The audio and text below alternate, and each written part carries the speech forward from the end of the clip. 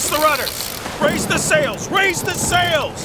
Captain, an unidentified ship is approaching. Over. Roger. Wait, is that an enterprise sales solution? Reach sales professionals, not professional sailors. With LinkedIn ads, you can target the right people by industry, job title, and more. We'll even give you a $100 credit on your next campaign. Get started today at linkedin.com/results. Terms and conditions apply. Every leader knows that growth starts with a single step, or sometimes a single insight. Our Paper Napkin Wisdom newsletter is designed to deliver those insights straight to you. It has already helped so many others, so why not make it your next move? Sign up at papernapkinwisdom.com. Welcome to Paper Napkin Wisdom, where we share pearls of wisdom shared by some of the world's top entrepreneurs, leaders, and difference makers. Here's your host, Govind Jayaraman. Hi, I'm Govind Jayaraman, and this is Paper Napkin Wisdom, episode 235. Let me ask you something. Have you ever felt that tug to do something totally different? Something creative, maybe even a little risky, but you told yourself it wasn't the right time. And what if today was the right time? In this episode, I sit down with someone who followed that very calling. Julie Whitney spent over 2 decades building a powerful reputation in the world of public relations. But rather than stay in her comfort zone, she made a bold pivot, stepping into the world of children's literature with a story that's taking off around the world. Astra the Lonely Airplane. What if the best part of your career hasn't happened yet? What if everything you've done so far has perfectly prepared you for what's next? Julie's story isn't about writing a book. It's about listening to that whisper inside, acting on it, and discovering that sometimes it only takes one yes. So wherever you are right now, driving, walking, or just taking a moment for yourself, imagine what might happen if you gave your idea just one more chance. Let's listen in to my conversation with Julie Whitney. Julie Whitney, welcome to Paper Napkin Wisdom. I'm excited to have you here today. Thanks. I'm really excited to be here. So Julie, you're wearing bright red on a bright red napkin. You shared with me a wonderful napkin. Your wisdom is, it only takes one. One is in capitals and underlined. Yes, you got a little smiley face. Why did you share that with me? I go way, way back with that motto. I've always embraced it. When I started my public relations consulting business back in 2000 and made a break out of the TV and advertising business, I had to find just one client that would pay me enough that I could actually break away and start a business. I couldn't just hang up a shingle and say, oh, here's my business. I hope someone hires me today. So I found that one client willing to pay me for 24 hours a week so that I could build my hourly business around that. But then it continued as I was pitching stories to the national media, the Wall Street Journal and the Today Show. I knew that I just needed to get one national reporter on the hook. And my client at the time called me the lone wolf because I wasn't afraid to just pick up the phone back in the old days and call reporters until I got that one story. Once you landed that one big story, the other media would call and things would tend to fall like dominoes. So that was always my strategy in my PR career. I think I have this motto. My motto, very similar to yours, is abundance starts with one, and it sort of says the same thing. That's kind of what you're saying, right? Like it just takes one because that one opens the door for whatever happens after that, doesn't it? And yes, and persistence pays. Persistence in a nice way without being a fly in the ointment. Mm-hmm. I have a quote on my website from a reporter at the Wall Street Journal who's no longer there. But she said, you were one of the most persistent PR people I've ever worked with. And I fed her exactly what she needed. And she actually would come to me when she was on a deadline and couldn't find someone for her small business column and relied on me to help her find people. So if you're persistent in a nice way, it does pay. And it only takes one motto of mine. follows the book business that I'm now in. If you want to go into that. Yeah, as well. we're definitely gonna. Well, let's just jump right in. So, you went from PR business and then you took a right turn I into did. becoming an author. How did that happen? So I'm not giving up the day job yet because I have to support the author habit and all my endeavors with that. As every celebrity on the planet, Jimmy Kimmel, Drew Barrymore, everyone has a kid's book. It's a tough market. But 2020 was a tumultuous year worldwide. I think we can all agree. Mm-hmm. My husband, who is a former Navy pilot, was flying a beautiful corporate Gulfstream jet for 13 years. And due to the pandemic, unexpectedly on May 5th, 2020, he got a call in the afternoon and said, "We are selling the plane, closing the flight department, and you are out of a job." So, as a good wife, I went with him to clean out the hangar and say goodbye to the beautiful plane. And I asked him if I could sit inside her, and he let me sit inside her. And he lit up the instrument panel, and I still cry when I tell the story. I unexpectedly started just weeping because he was so close to this plane. She was his baby. He was the chief pilot. He knew her quirks, her ins, her outs, all her nuances. He flew her 3 to 4 days a week, as far away as Brazil. I mean, that was his baby. It really was. And so I got really sad, and I said, "What's going to happen to her sitting all alone in this hangar? She's used to flying 3 or 4 days a week." He said, "Well, Julie, if someone doesn't start up her engines every 28 days, she's not going to be in very good shape." So I went home that night and I started writing, and I wrote a book called Astra the Lonely Airplane. And the plane originally was called the Astra SPX, and she was built in Israel. That's why the name Astra, which worked out perfectly. And I've always been good at rhyming, so I wrote it in rhyming verse. And I'd say in a couple weeks I had a pretty good manuscript. And then I started pitching publishers to see if I could get someone to publish my book. I didn't want to have to self-publish it. So my motto was, it only takes one. It only takes one. Yes, I got to get a publisher.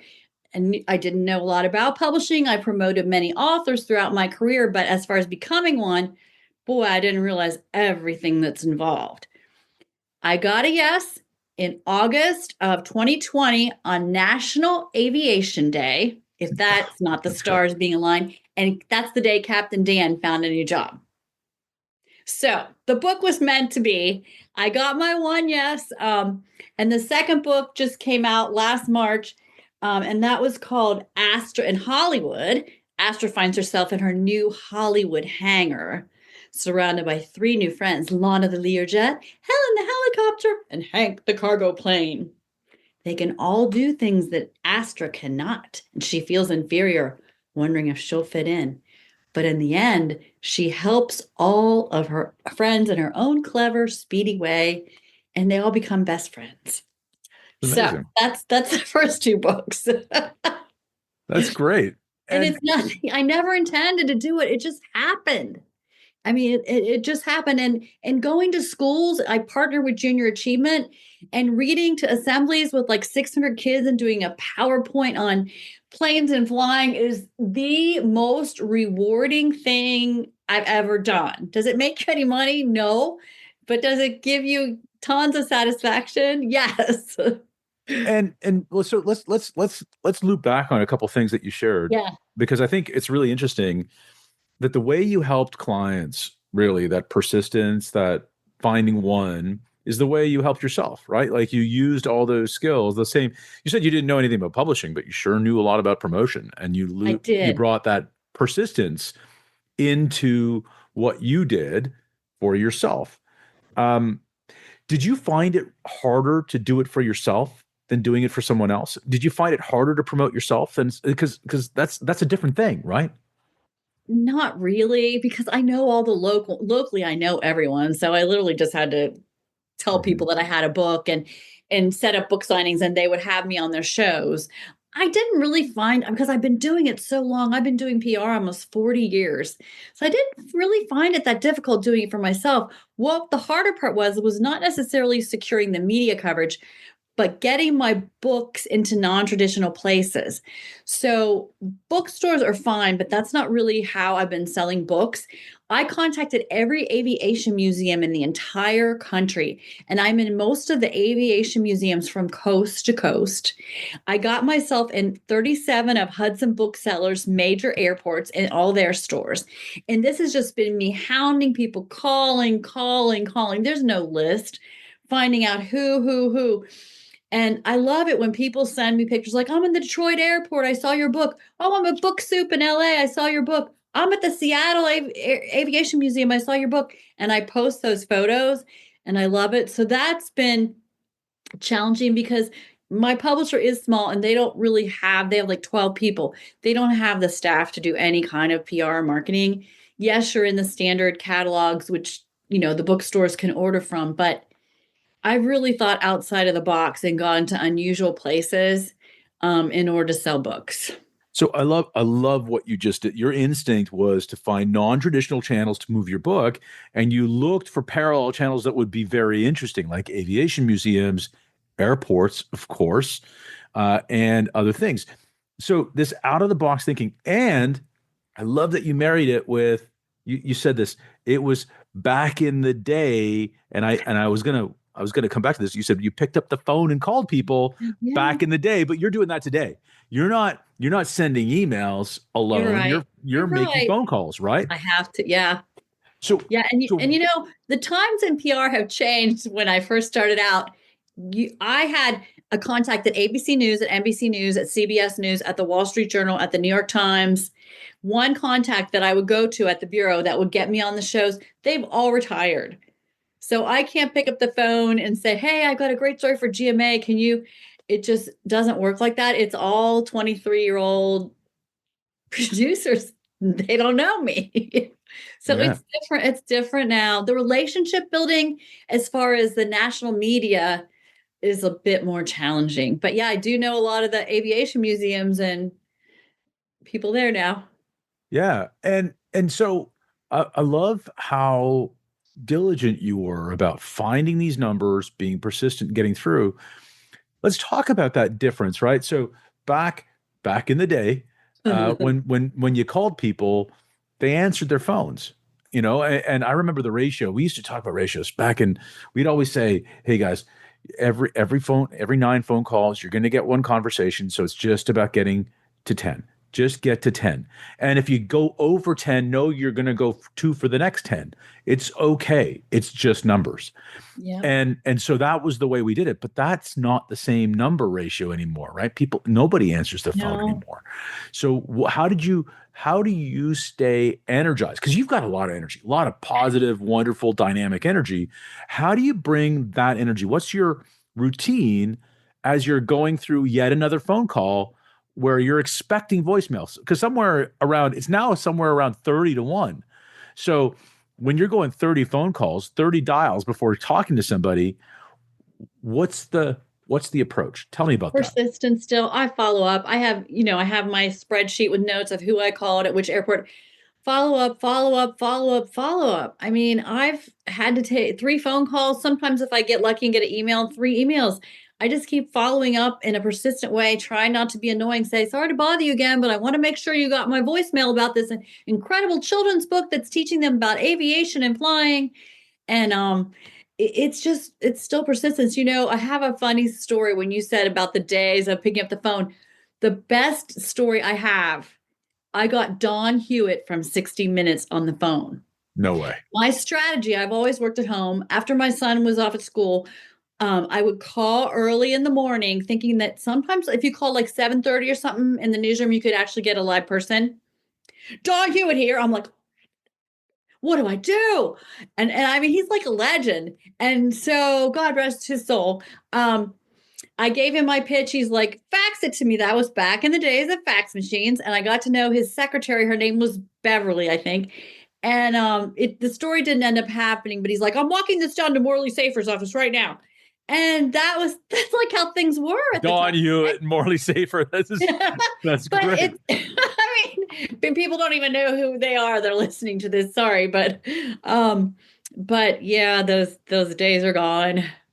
I remember sitting on the carpet in my parents, in the parents' living room, watching 60 Minutes and all of these legends Yep. talking through things. So it put a smile on my face for sure. Good. So but I get that you're doing the persistence, but I think you're being a little too humble about the system that you're using, because you talked about a spreadsheet, taking notes, follow-ups. There's a lot of sophistication there, and you're being a little shy about the fact that there's a lot of thought that goes into your system. Well, So I know you've developed it over time, because it obviously 40 years in the business, now doing it for yourself. What makes you what when you say persistence, but in a nice way, what does that look like? Can you give me an example of that? Um, showing the benefits to them. In other words, when I follow up, I say, did you know that there's educational activity sheets on my page that you can download for free for kids when they're in your shop? I try to stress the fact that the first book also comes with a free video that kids can watch as a bonus. I put a QR code in the back of the first book. So I tell them about all the extras. This is a QR code, and when they scan it, I did a three-minute video. Captain Dan was a trooper. He went into the hangar, and we taped him giving kids a tour of the inside and outside of Astra. Oh, he's in his pilot uniform. It's really cute. And a 2-page glossary. So I kind of remind them of all the extras. I do tell them that they can order 40% off if they want to order directly through my publisher at wholesale pricing. And then I personally send them free Astra bookmarks for all their customers, just out of my own pocket. I have these 2-sided Astra bookmarks for their stores. So, and if you order, I'll also send you the free bookmarks, and I just mail those. So there's other little tidbits that I can follow up. Oh, I forgot to tell you about this. Did you know about this? I do emphasize that pilots are buying like crazy for their kids and grandkids. Pilots love this book. I even ended up in the AOPA Pilots magazine. They reviewed it, both books. So, that's been a great audience for me. But in terms of the follow-ups, I kind of build on all the extras about the free activity sheets and et cetera. Yeah, I think is so what you're doing is not just following up, hey, did you? It's like a did you know? And here's some more value. So Yeah. I think that's very instinctual to you because you've done it for 40 years. But people who are listening, I mean, if you're listening to this and you're thinking about what does it mean to get the one yes, it's always coming at it with a different angle of value, because what you see as value in one direction may not be heard even by the other person. And you're one person selling your thing or sharing your value to them, but they're filtering hundreds and hundreds of things. They may not remember what you said unless you say it in a slightly different way and add a slightly different emphasis to it, right? And yes, and there's one more thing I forgot to tell you. So LinkedIn, then I follow up on LinkedIn, which has been a great tool. For example, Hudson Booksellers, I met the actual book buyer on LinkedIn and messaged her saying, hey, I've got this great book that I think will be perfect for your airport stores. So LinkedIn is another great way, like a different channel. Or you can follow up on LinkedIn and say, hey, did you get my email? I'm just checking, or do I have the right email? And you can send them a message. So I find that that's another great tool. And that's really helped me. When we get to talking about my animated series that I'm working on now, LinkedIn has been a tremendous tool in finding the contacts for that. Yeah. So, well, let's just jump right in. Now you went from, hey, look, we're, and I think the story was when the pandemic hit, you were essentially, thinking about taking a trip to Italy. Oh yeah. And My 60th birthday was a great year. yeah, your big 60, which you left nowhere and did nothing. But so instead of going to Italy, you had this book written, you Yeah. had it published, you did this, you were inspired, this door closed, and really like this hangar door closed Yeah, on it did. Astra, and Yeah. then all of a sudden these other things opened up, right? So Lemons to lemonade, lemons to lemonade. yeah, so all of this is happening. So you pivot into a children's book Uh-huh. author. You promote it the way you promoted your clients and got it leveraged. You wrote a second book, and now you're turning this into an animated series, right? Yep. So I wrote the third book, which is kind of on hold. It's called Astra's Canine Rescue. I wrote it a couple years ago. Astra actually takes dogs that are abandoned due to the California wildfires and flies them to their new homes with new purposes all over the country. It's a really cool book. But I couldn't stop writing, and I had so many episodes in my brain, or books in my brain, I guess I should say, so many plots with her and her three new friends and what they could do together to help people and animals on our planet, that I thought, you know what? I can't possibly publish 22 books because it takes a long time. It's a process with the illustrations and the edits and the back and forth. So I just said, you know what? This is a streaming TV series. This is a really cool series about three friends that are dramatically different and each have their distinct personalities and skill sets that work together as a team to help others. It's just a general message that's universal to everyone. So I wrote a TV treatment for over 22 episodes, and just to get started. And I thought, I really need a visual to go with this.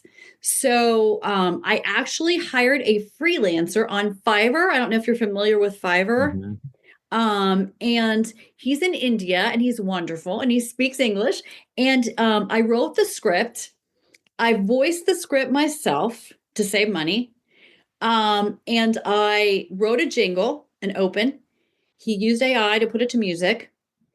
I have a 2 minute and 40-second wonderful, wonderful, wonderful trailer for Astra and Friends. And to test it, my granddaughter, who lives in Nashville, who's 3.5, watched it on my phone 30 times, cried when we took it away. She wanted more, more, more. I'm like, I don't have any more.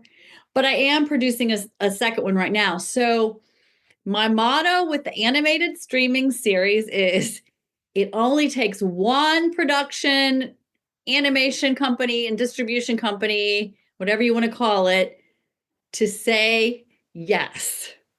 It only takes one. So I've started sending a Dropbox link to, I did a pitch deck and the trailer, and I've been sending it to companies, animation companies in the US, Canada, all over Europe. And 3 in Canada have already gotten back to me and have me sign agreements that it's okay for them to look at this material and verifying that I do own it. And I've been working with an intellectual property attorney, which costs you an arm and a leg, to make sure I'm in the clear on doing all this, getting everything squared away. It's a learning process. So I have 3 companies that have expressed interest in Canada. And then I had another yes yesterday from a company in the States. So we're going to do a Zoom call tomorrow. That's So great. I really, really want to leave a legacy in this world. I want to leave something good behind for kids that has a good message about helping others.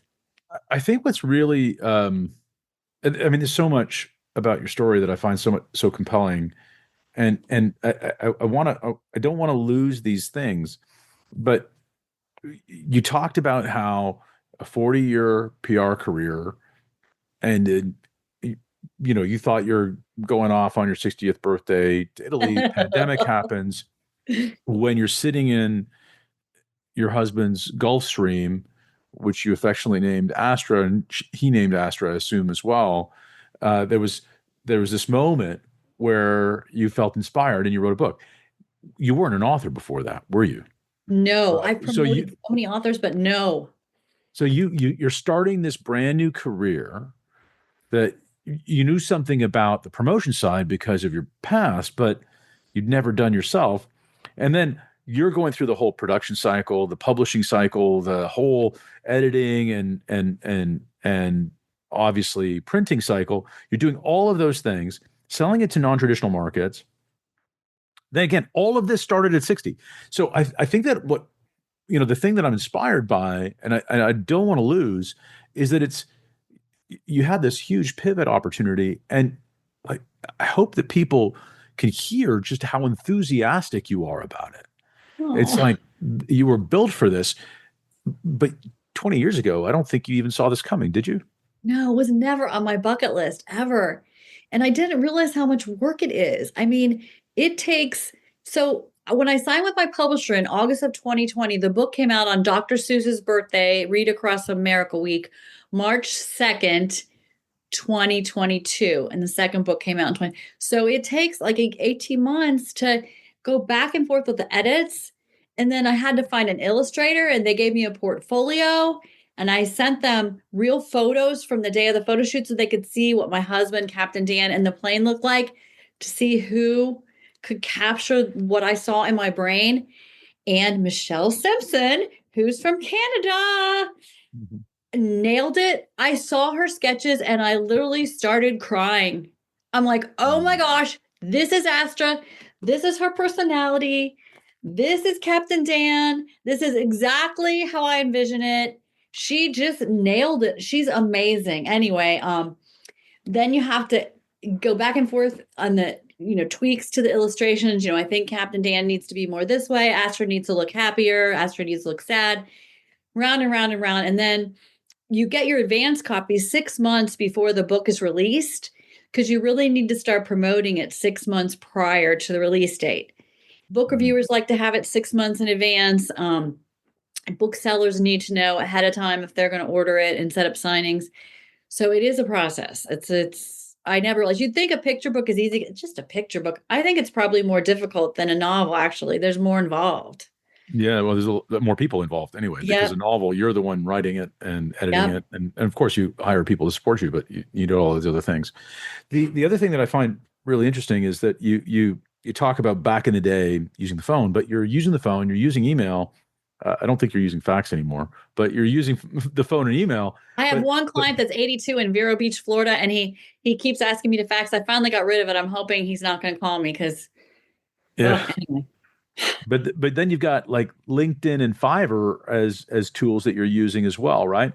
But it doesn't matter what tool you're using. It feels like you still go into that tool to reinforce value and relationship. Am I wrong in that? No, you're correct. You're exactly correct. And I've trained myself to be an expert in social media. So I have clients now that I just manage their Instagram and Facebook accounts, or, do their posts. So I've learned to become, a social media PR pro as well, which was a big adaptation. And I set up a separate Instagram account just for the book, so that people don't need to see like what salad I ate that night, or, I have a specific book site that I use. And I actually I started on TikTok, and it's been pretty interesting. So I'm trying to use TikTok too. I'm trying to do whatever it takes. Yeah, well, but I think that one of the things that you do so well is that you bring yourself, like authentically yourself, to everything you do, and I think that's powerful and engaging. So let me ask you, a lot of people, especially, let's say 45 plus. A lot of people say, Instagram's tough for me, TikTok's tough for me. I find these social media, these new technology tools a little bit tougher. What would you say has really empowered you in your leverage of them? Because Astra's everywhere almost. I mean, you've done a wonderful job communicating Astra. So how have you really embraced the differences between those technologies, especially coming into them maybe not as the native generation? Yeah, I try to make the posts on LinkedIn are more about like, hey, if you're passing through LAX, look for my book. They're more like travel, professional related than the ones on Instagram might be Happy National Children's Book Week or Happy Librarians Week. So I kind of have a different tone. It's kind of bothering me that people are putting like recipes on LinkedIn. It's not what it's for. I mean, LinkedIn's kind of becoming Facebooky. I mean, I don't know if you feel that way, but people are putting like pictures of their dogs on there. I love my dog, but I'm trying to use it as a professional networking tool. And I posted a screenshot on there of the opening scene from Astra and Friends saying, I have 3 companies interested. If you want to see the trailer, please message me. So those posts are a little bit different. Instagram, I even post pictures of like reading in schools and things like that. I posted a photo of me in my pilot uniform talking about it's a great way to host a kid's birthday party. I actually had someone that wanted a pilot themed birthday party for their kid, and they ordered 20 copies of the book directly from me. And I said, oh, that's a great idea. I'm going to go ahead and share it. Easy way to have a kid's birthday party. You buy a cheap pair of aviator sunglasses and you give them a pair of plastic wings and the book, and that's their present for going to the party, the pilot themed party. So that's great. Something I'd like to break into is the party stores. And I didn't have any luck. I tried to find the right people at Party Source. I think they're going under, I read anyway. But I thought, wow, if this could be in a party store next to the pilot uniform. But I love how you follow your curiosity to non-traditional markets. So, I mean, there was a lot to take away here, and you've provided a lot of wisdom and value to our audience. Thank you. As you and I talked about, what you appreciate appreciates. We end every episode putting back some appreciation in the world. It was a paper napkin we got some years ago from a great friend of the show, John Rulin. And so now, in honor of John and his family, we ask our guests, is there anybody you'd like to shout out? Anybody you'd like to give some appreciation to before we close? I have to shout out the Captain Dan. He's my rock. He doesn't like being on camera. He did a 3-minute video for me. When he's available, he comes to schools and the kids are thrilled and they ask him a million questions. Because if they ask me what makes a plane fly, I'm like, it's magic, kids. I mean, he has been a real trooper because he's got his day job and he's very busy. But yeah, he did my Astra website. He built it for me. He's my webmaster. He has just been so supportive. He protests like he doesn't like going to the schools, but they'll say, does anyone have any questions for the author, kids? Does anyone have any questions for the pilot? Where does the pilot go to the bathroom? How does he go? Can he eat in the cockpit?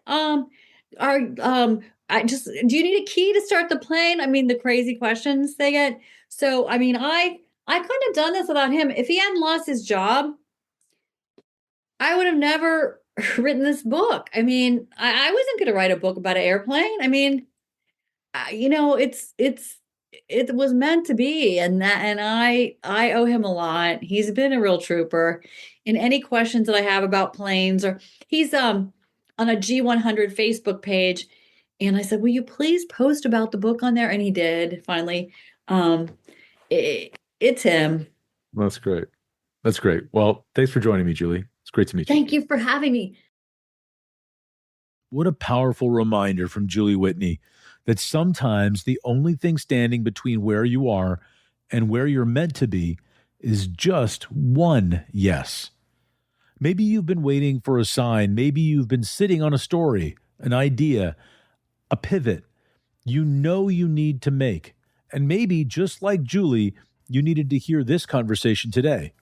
Julie's transition from PR professional to children's author wasn't about walking away from success. It was about leaning into purpose, about trusting that the skills she already had could serve a bigger mission, about saying yes to something new and watching it take flight. You don't need permission to pivot. You just need purpose. Your existing skills are fuel for your next chapter. Stories, when shared with heart, have the power to heal and inspire. Reinvention begins the moment you say yes to yourself. Impact doesn't require millions. It just takes meaning. What if your next bold move is already inside you, waiting for one small step, one yes? If this episode moved you, and if it stirred something that you've been quietly carrying, and do something with it. Share your own takeaway. Write it down. Sketch it out. Post it online. And don't forget to tag it with Paper Napkin Wisdom. Because wisdom shared changes everything. And hey, if you haven't already, subscribe, leave us a review, and pass this episode along to someone who might be looking for their next yes. You never know the ripple effect you might create. And until next time, stay bold, stay curious, and remember, even the biggest ideas can start small enough to fit on a napkin. Make it a great day.